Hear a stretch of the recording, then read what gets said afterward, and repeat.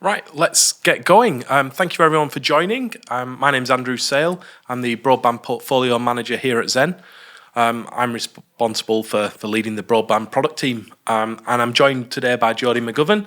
Jodie leads our all IP transition program. She's responsible for making sure all of our WLR customers, all of our ADSL, FTTC customers transition to the next generation of products. She's doing that for our direct customers, and I'm going to talk a little bit today about what's happening on the Openreach side and how Zen can help you transition your customers to the next generation of products. So we'll start with some background just to make sure everyone's on the same level and we know what we're talking about. I'm sure this won't be news to most of you, but it gets us all on a level playing field. So Openreach announced that they were closing the WLR network back in 2018, and by that they meant they were going to close down the PSTN network, so that's traditional standard phone lines, ISDN, and any products that run over the top of that, like ADSL and FTTC, G.fast. That was back in 2018. Then the first stage of that happened December 2020. Salisbury, the Salisbury Telephone Exchange, stopped sale of any WLR products and would only made FTTP available. So just FTTP can be ordered in Salisbury, and that was quickly followed in May 2021 by Mildenhall. Mildenhall has a little bit of FTTP coverage, but it's mainly Sagia. So there's not any WLR available to be ordered for new customers in Mildenhall or Salisbury, just FTTP and Sagia. So what does that mean? That means that any customers that are moving house and they're moving into a premises or a new office can only take Sagia. Anyone that's switching providers at their existing address, all they can take is Sagia or FTTP, depending on what's available at that address. And anyone that's wanting additional lines or new lines installed, it just means that FTTP and Sagia can be ordered. Moving forward, it came to June 2021, and the first tranche of more exchanges was rolled out. The Openreach called this Tranche 1A. Tranche 1A was another 13 exchanges where only FTTP could be ordered. And every quarter since then, Openreach have announced more exchanges. There are more exchanges have become stop sell. To the point where there's now around 2 million addresses where it's only FTTP available, and over the next 12 months that'll more than double. The next phase is December 2022. This is when in Salisbury and Mildenhall, Openreach will start to turn off that network. So it's the last couple of years it's been a case of you couldn't order WLR products, FTTC, ADSL, and at the end of the year it'll come to the point where they'll turn those off. So customers need to have migrated onto the new products by that point. 2023, this is when the national stop sell kicks in. This is the point where only FTTP or Sagia can be ordered nationwide. It doesn't matter where you are in the country. And then December 2025, this is the drop dead date. This is when the WLR network gets turned off completely. So this is the point where we've got to have migrated all of our customers. So just to recap on that, back in 2018, Openreach announced the WLR switch-off plans, gave them a 7-year timeline to migrate 16 million WLR lines across onto the new products. So since then, over the last 4 years, only 4 million lines have actually been moved away from WLR, been migrated. So we've got 3 years to complete the migration of 12 million lines. So we've got quite a bit of work to do as an industry. So let's all think about that. Take a deep breath. So average person takes a breath every 4 seconds. We take a breath every 4 seconds. To migrate 12 million WLR lines over the next 3 years, we need to be migrating one as an industry every 8 seconds. So 8 seconds, it needs to become second nature. We need to really get a move on, and we need to get to the point where we don't think about it. It's just part of our everyday activities. And you might think, well, that's the case for BT or for TalkTalk or for Sky, all these big service providers. But if you it's even the case if you're a smaller provider. So if you think you are an IT reseller or a telecoms provider and you've got 100 customers, just 100 customers, so pretty small, and each one of those customers has got a few lines, let's say 10 lines to keep the numbers easy. So we've got 1,000 circuits to migrate over the next 3 years. That means for the next 3 years, you need to migrate one circuit every single working day. And I don't think most of us are doing that. Some of us are, some of us aren't. And some of us have got the capability to do that. And some of us don't have the plans in place today. So hopefully over the course of this session, we'll give you a feel for what Zen's doing with our direct customers. We'll give you a feel for how we can support you as partners in doing that with your customers to make sure they've got the best experience, that your customers basically continue to have a service come 2025, and make sure that you're in the best shape possible to navigate this transition period. So, okay, we know we've got to migrate customers now. We know what Openreach are doing. We know their timelines. But what do we move them to? Do we move them to FTTP? Do we move them to Sagia? How do we pick the right product for the right customer? And it's not always as straightforward. There are cost considerations and things like that. So our recommendation is, if FTTP is available at your customer's address, move them to FTTP. And that really avoids you having to migrate that customer twice. If you migrate your customer to Sagia, you've got all the work of planning that and migrating them. And you get them onto an all-IP product, so you've got them onto a product which is kind of a step along the journey. But if then Openreach come and they turn that copper off, and it's an FTTP on the area, you're going to have to migrate that customer again. So our recommendation, our approach as Zen Internet is to migrate customers straight to FTTP where it's available and minimise the number of double migrations that we need to take. That gives us a simple sort of full fibre first approach. So where fibre is available, let's get our customers onto it. Okay, so just to reiterate that, there are stop sell exchanges. There are really two kinds of exchange. There are FTTP exchanges and there are Sagia exchanges. And FTTP, these are areas where Openreach has said, right, we're going to build FTTP pretty much everywhere in that town, in that city. And they're the ones where we think, get your customers onto FTTP day one. So today, that's Salisbury was the first, as we've already mentioned. Then as of June last year, there were 117 exchanges that reached that point. And then in April this year, it was 250 exchanges, I say roughly 2 million-ish premises. And May 2023, that'll be up to 580 exchanges, so it's more than doubling.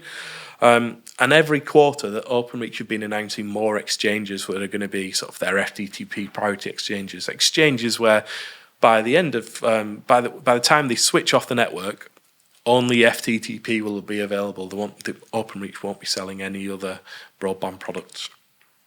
So FTTP, that offers speeds of up to a gigabit per second. I'm sure you already know this. Openreach's plan is 25 million premises by the end of 2026. That's about 80% of the UK, so pretty much everywhere, more or less. The remaining 20%, that's where Sagia comes into play. And you'll be providing voice services over VoIP. So you make calls today, it won't be over the PSTN network, it'll be over a VoIP network and interconnecting centrally. So we have got on the screen, hopefully you'll be able to see this, and I'm sure it's something you're all familiar with. It's top row is what we've got today. So you've got your phone line, comes in, terminates on the NTE on that master socket in the office or in the home. Broadband connection runs over the top of that as well. So you make calls, it goes over the PSTN network, and data runs over that same piece of copper back to the cab in the street, and then back over to Zen's network. Tomorrow, that same piece of copper, that piece of copper will disappear and it's replaced by full fibre. So we've got fibre runs all the way into the customer's premises from the exchange, and it terminates on an ONT, so an optical network termination box. That replaces that socket, that master socket, NT5C, that you're all familiar with. Router plugs into the ONT, and if you want to make voice calls, you'll need to run over the top of the broadband. That might be with using a traditional analog phone plugged into an adapter, analog telephone adapter that's either built into the router external, or it might be an IP phone or a soft client or something along those lines. And then that remaining 20% of the UK, Sagia is the option. So Sagia is FTTC. It's FTTC in everything but name. It's the same technology, VDSL. And today, the only places where you can only order Sagia are Mildenhall, and that'll become nationwide from 2023. So all those non-FTTP areas from 2023, Sagia will be the only option. And Sagia, as I was saying, it's just FTTC, offers speeds of up to 80 megabits per second, cover around 20 million premises.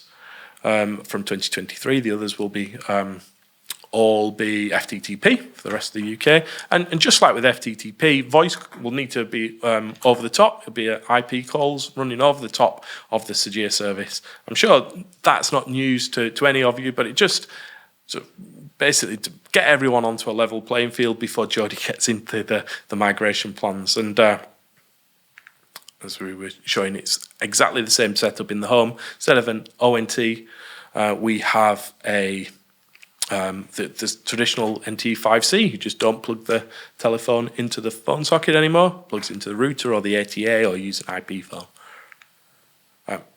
Planning the transition. So this is the tricky bit.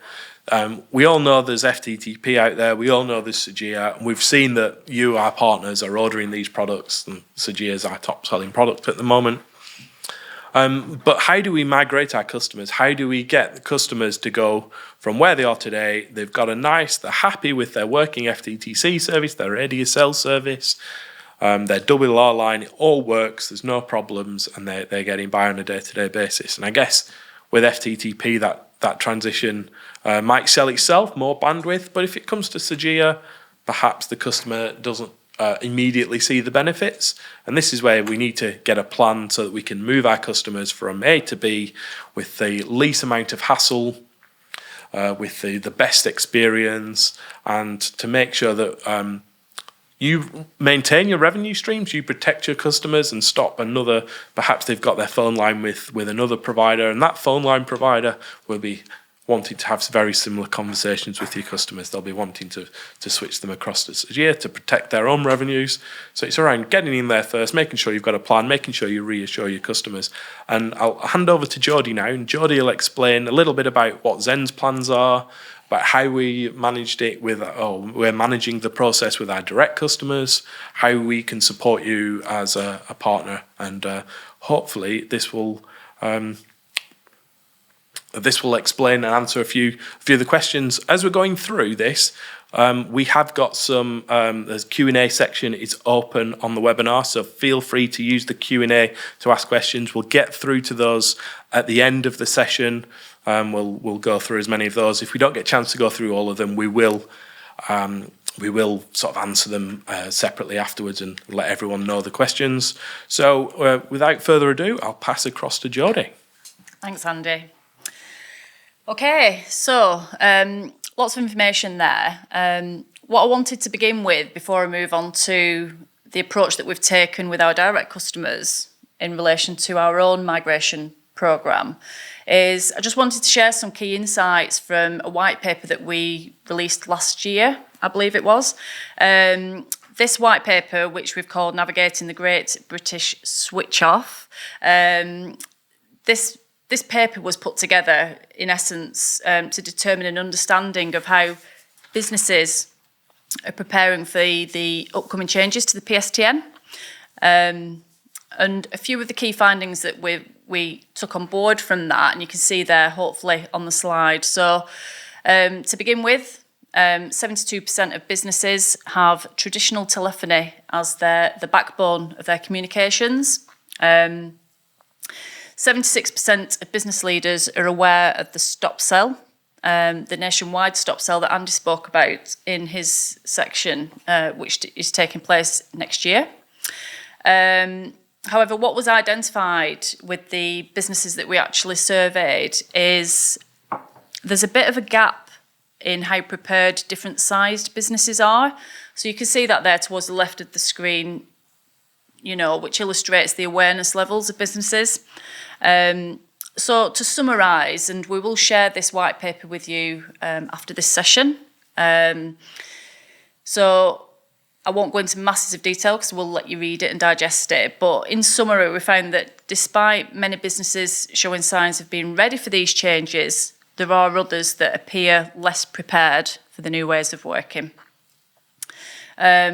I suppose what's probably worth pointing out here as well is the fact that, and Andy touched on it, the biggest threat with this programme really is churn. Well, one of the biggest threats. So, as Andy touched on, there are going to be, there's going to be, particularly if you've got split services. So if you carry the broadband, but your customer has the WLR with somebody else, well, the WLR provider might already be having those conversations with your customer about what future technology they're going to be moving to. So yeah, in essence, if you're not talking to your customers, somebody else may be. So maybe sees this as an opportunity to, engage with your customers. There's never a bad time to do that. Have a look at opportunities to engage with your customers.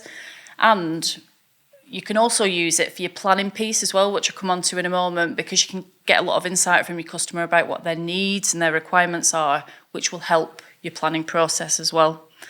One other thing to mention is if you're not providing a voice service at the moment, it might be worth exploring that. If you're not providing that at the moment, I do just want to mention that we do have a cloud comms product available for our partner community. And, this is run off the Cisco BroadWorks platform, so it's robust, it's business grade, it comes with self-serve functionality, so there's a feature-rich portal that you can use, really simple provisioning process. It's all wizard-driven, so it just takes you through steps. It's really quick and fluid, and it will accommodate both single and multi-users, so multi-users like call centres and the like. So yeah, if that is something that you're interested in, then obviously speak to your account manager and they'll be able to go through some detail with that with you. So high-level planning. So key thing here is understanding customers. So what we've done internally, so we've done this through a mixture of ways. So data is key. Getting insights from your inbound teams. So speaking to, those that are at the coalface, that are speaking to customers, try and get some insights from them, carry out your base analysis. So understand your base, understand what products your customers are on at the moment, understand what products they need to move to. Compile your migration matrix, if you will. So what they're on now, what they need to move to. And by doing that, you'll also do like a portfolio review, if you will, because it's likely, because we did, that you'll identify gaps in your portfolio. So there might not be future-proof products that you can move a customer to.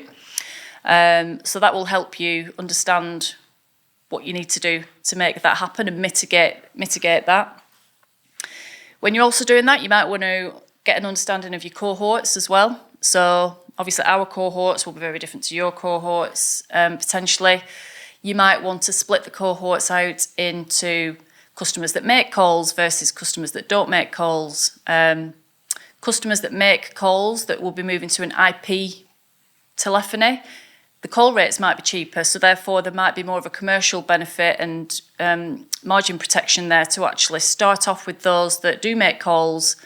There might be, for example, you might have customers that use PDF machines, for example. You might want to put those into you might have that as a cohort as well.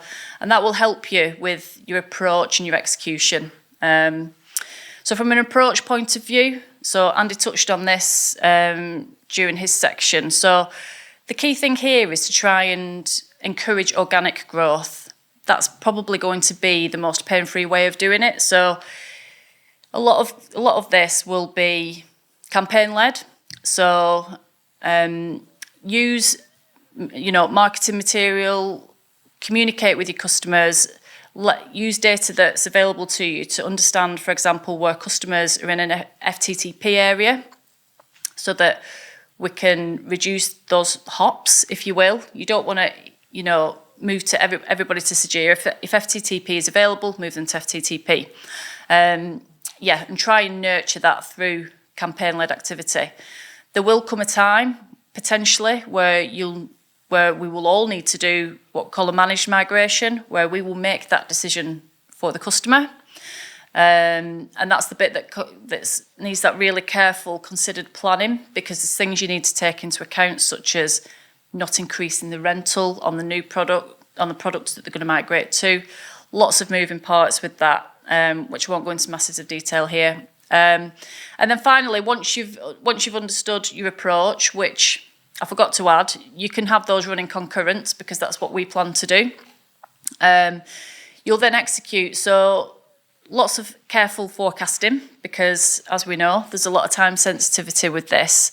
When you're speaking with your customers about what their needs and their requirements are, make sure that you try and identify those that will be happy and comfortable to take part in any trials of any new products that you're having to add to your portfolio. And then take a phased approach. It doesn't need to be a big bang, lots of volume, get that out. Take a phased approach. It's very similar to what we will do. We'll start off with very small volumes and then slowly ramp that up. Obviously, because time doesn't allow for us to do it that slow. And then one final thing I did want to just mention is just to be sensitive to the impact that this is going to have on vulnerable customers. So I appreciate some of you may be working with businesses that have vulnerable users as end users. So that needs to be taken into account as well. So just be aware and try and get an understanding of any potential impacts that might have and how you can best support those customers. And that's just very high level detail. Yeah. Great, thanks, Jodie. I think building on one of your points there around voluntary migration, I think that's a really good point. So for our direct customer, we've seen that around about 70% of customers that can get FTTP have already chosen to make that switch. So we've just got sort of around, it leaves that 30% where we've got to even encourage them to make the switch through sort of the marketing materials, or it'll get to the that managed migration where we'll tell them that it's going to happen, and it just allows us to concentrate on the Sagea switch, I guess, doesn't it? Absolutely. And the less distracted, and that's probably it just helps us focus our plans. That's fantastic, thank you. So we've got some questions that have been coming in, which is really good. We were a little bit worried that no one would have any questions. So we've got some coming in. I think the first one was around rural areas. So we've had a customer or a partner, I'm not sure who it's from, it's in the chat section. Just a reminder, if you've got questions, put them in the Q&A section, please. But there's one in the chat section, it's around rural areas. So rural areas, it's not such a bad story for rural areas. So Openreach have committed to rolling out FTTP to at least 6.2 million premises that are in the final third. I think that final third is like a government term. So that's more rural areas, harder to reach areas. Those that have traditionally had things like exchange-only lines where you couldn't get FTTC. So Openreach are going to enable at least 6.2 million by the 2026 of those. And that's like 25% of their rollout will be in those harder to reach areas, which is good news. And that's before the government initiatives and government funding for those really rural areas. The government have committed to putting in at least, I think it's £1 billion into that. So yeah, it's not as bad a story as it could be. Obviously, there's lots of benefits if you live in a nice rural area, but fast broadband would be a good one. Some other questions. What do we have here? Is there a single order GFast product available? So yes, Openreach do have a single order GFast product available. Here at Zen, we've decided not to make that available for new sales. We're sort of phasing out GFast. We don't sell that to our direct customers anymore. It is still available to partners if they want it, but we've seen that Openreach have been overbuilding in a lot of GFast areas. So a good example of that is local to our head office in Rochdale. The next town across, Bury, in Greater Manchester, had a lot of GFast coverage, and that's all been overbuilt now with FTTP. So we're seeing that a lot of GFast customers can migrate to FTTP. Those that can't, if you're worried that you have customers on G.fast and you won't have anywhere to migrate them to, feel free to contact us and we can speak about what we can do for you separately. Speak to your account manager and we can set up a meeting and talk about that. The next question on here.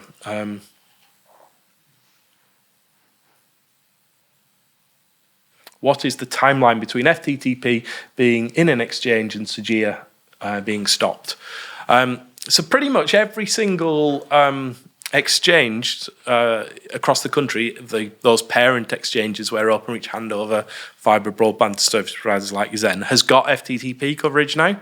There are very few that, if any, that don't have any FTTP coverage. So the stop sell works at an address level. So if an address can get FTTP, then that's all that's available to be ordered. If an address can't get FTTP, regardless if Openreach have got a stop sell in general on the exchange, then you can still continue to order the other products. What is are Openreach expecting to eventually withdraw all copper-based services completely? So I think Openreach's plan, they very much see FTTP as being the future. So that they've announced plans to get to around about 80% of the UK, leaving that 20%. I think they'd like to go further than that. They haven't announced that they're going to be 100% of the UK, but I think that's probably their aspirations eventually, if it's affordable. So there's no firm plan that they've made available to us, at least, to say that the 100% of the UK will have the copper switched off. The next question here is,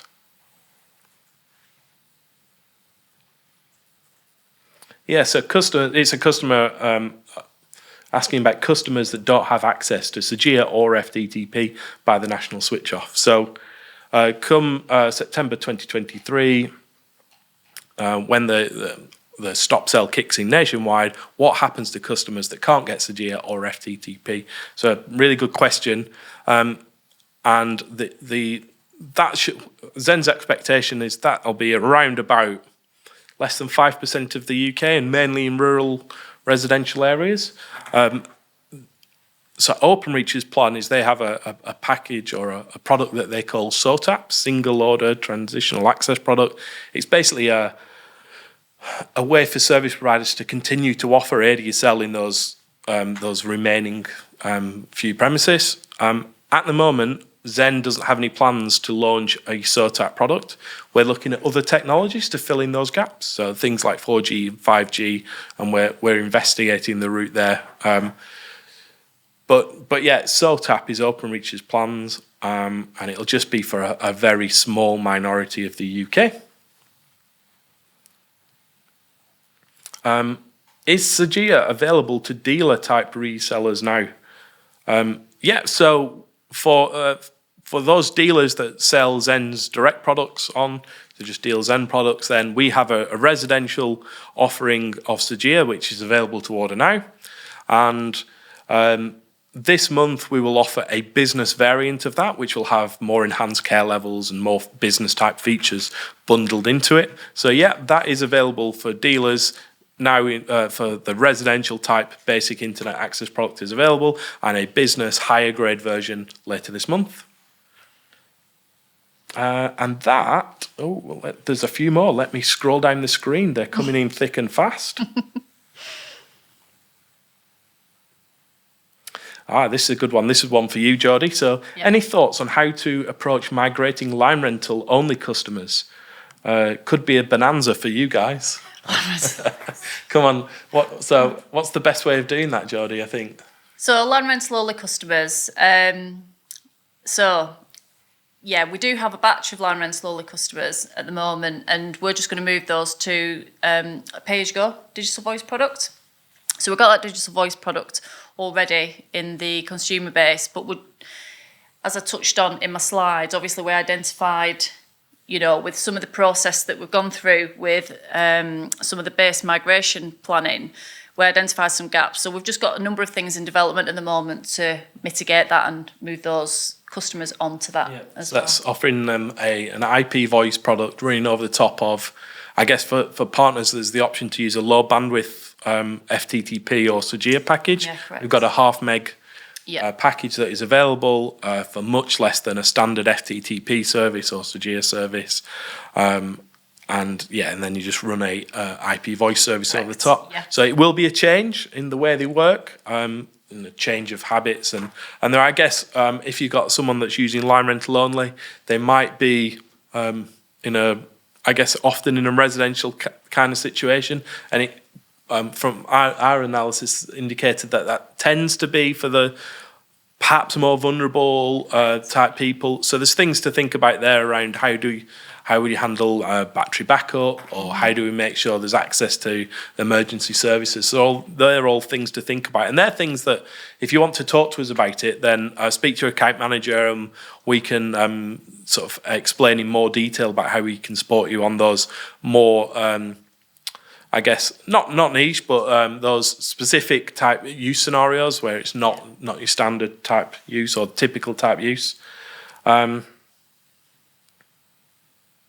There's one on any tools to help mass check availability of current Zen services. Yes, yeah. So your account manager can provide availability checking across your whole broadband base, so they can check all of your existing ADSL FTTC services to tell you whether FTTP is available.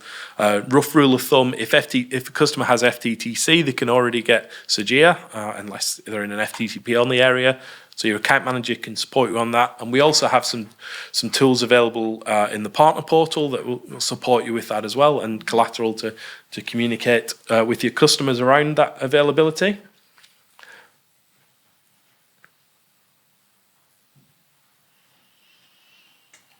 How do we make end users aware, even if FTTP shows available, it is subject to survey and potential ECCs? So most FTTP is not really subject to survey. So sometimes it is, but it's no more likely to be subject to survey than putting in a phone line. So Openreach, if there are some additional build costs, I think it's £1,000 they cover up to the first £1,000 of those excess construction charges. Above and beyond that, there can be extra. It's Openreach. It's different. I guess they could more likely on large complex sites, and Openreach are developing new products or new activation options for those complex sites. Things like shopping centres, factories, hospitals, all of those large complex sites. They're developing a new option called Advanced Install. An Advanced Install will include more survey work, more build within the connection fee, so they'll build up to 100 metres within the premises rather than the standard 10 metres or 30 metres on a premium install. So there's some work there to support that. It's in trial at the moment. It's about to move to a larger pilot, and then I'll be participating once that expands later. But that'll be available well before the national switch off. And let's grab the last couple of questions.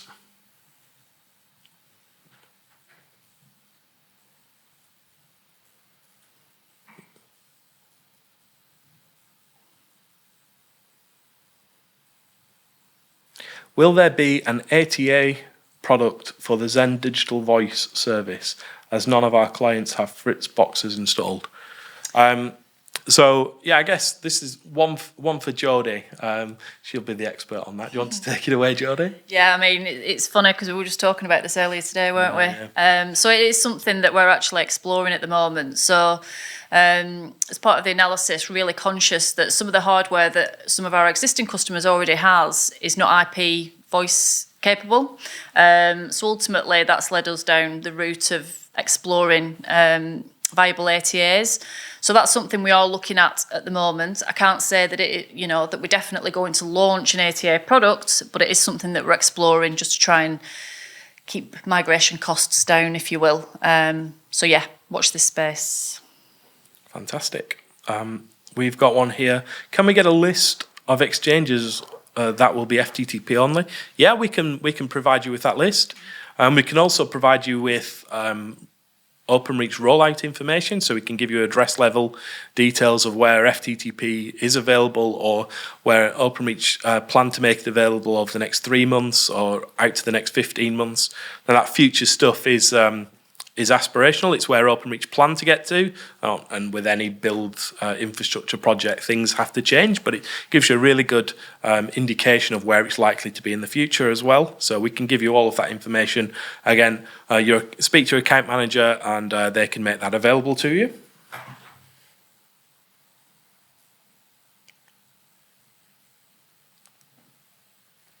Okay, so there's quite a lot of questions that are coming up on here.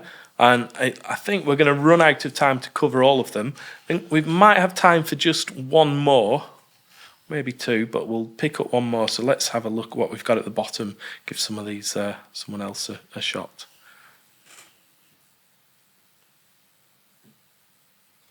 Okay.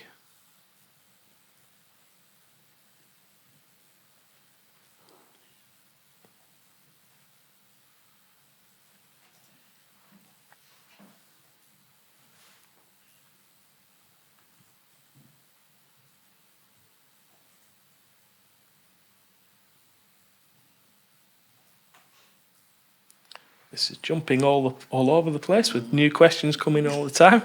I'll try and grab one every time I get one on the screen. Yep. It jumps off. Where does CityFibre sit in terms of Zen's partnership and as an alternative to BT's network for FTTP delivery? It's a good question. So some of you will know that Zen has now signed a partnership agreement with CityFibre. We offer CityFibre to our residential customers. So we consume a residential product from CityFibre. It's only available at residential addresses. 99% of our partner business is B2B, and so we've not made it available yet. But that's not because we don't want to. We will be making it available over time. And I guess the more demand we have from partners, the higher up the priority list. So if that's something you really want access to, and you're operating in that B2C market, then again, let us know, and that'll help us prioritize the development of that product. So I think that's about time now. Anyone there we didn't get a chance to answer your question, we will get back to you offline, let you know the answers. So thank you very much. We'll share the recording and all the supporting material afterwards. There'll be collateral, a copy of these slides and so on. If you have any more questions that you've not had a chance to ask today, please feel free to contact your account manager. They'll be more than happy to answer them, or they can come to Geordie and I for information. Or if you want to speak to Geordie and I, we're more than happy to have meetings. Your account managers can set that up for you, and we'll get into any specific requirements that you might have. Thank you very much for joining us today. Hopefully it's given you a feel for how we can support you or what Zen's plans are. Hopefully it's just, for those of you that weren't familiar with our FTTP and Sagir products, it's given you just a bit of a feel for what they are and how they fit into the marketplace. And once again, thank you very much. Thank you.